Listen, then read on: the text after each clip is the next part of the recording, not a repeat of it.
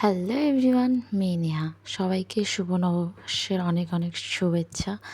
এখানে সব পুজোর আয়োজন চলছে, সব এলোমেলো হয়ে গেছে এখন, কারণ আয়োজন চলছে।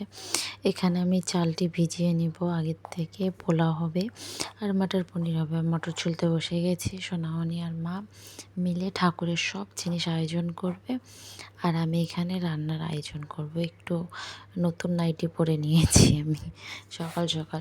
আমাদের দিয়ে নাইটি ওয়েস্ট একদম। এখানে দোকানে আমি পৌঁছে গেছি একদম রেডি হয়ে, শাড়ি উড়ে একদম ঘরের প্রপারলি বউ হয়ে সেজে চলে গেছি নিচে। বৌমা সেজে একবার চলে গেছি। শাড়ি আমি একদমই পরি না, আর তা পরলাম, খুব ভালোই লাগছিলো পরে। শাড়ি পরলেই যেন খুশি খুশি লাগে একটু। এই যে ফুলের মালাটি বানিয়ে নেব 3 দোকানের জন্যে। প্রথমে পুজো হবে বাবার দোকানে, তারপরে তো তোমাদের দাদা ভাইয়ের দোকানে পুজো হবে, তারপরে কাকুর দোকানে যাব সবাই মিলে আমরা।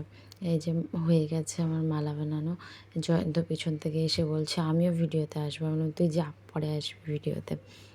ও ভিডিওতে আসবে না, এবার মুখ ভেঙাবে, ইয়ে করবে, ভিডিও অফ করে দেবে, ওই জন্য ওকে পাঠিয়ে দিয়েছি। এখানে সব রেডি আছে, জাস্ট ওই দোকানে অবধি নিয়ে যাব। আর এদিকে পুজো হচ্ছে দেখে আমি উলুলু দিচ্ছি।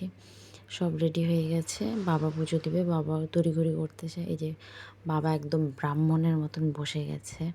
এখানে ধুনাটা জ্বালিয়ে নিব। আমার কাছে ধুনা জ্বলেই না অত সহজে, কিন্তু আজকে ফট করে জ্বলে গেল। শুকনো ছিল ছোবাগুলো, ওই জন্য জ্বলে গেছে। এখানে একটু হাওয়া দিয়ে নিচ্ছি। আমার তো ধুনোর সেন্ট খুবই ভালো লাগে, কিন্তু জ্বালাতে ইচ্ছা করে না, জানি না কেন। হলুদ দিয়ে দেবো ঠাকুরের সামনে, ভুলে গেছে। এখানে এই যে বাবা এখানে পুজোতে বসে গেছে।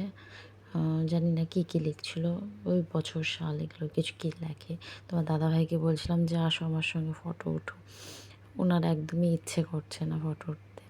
এই যে লাস্টে জয়ন্তকে নিয়ে নিয়েছি ভিডিওতে। কেমন লাগলো ভিডিওটি জানিও। টাটা।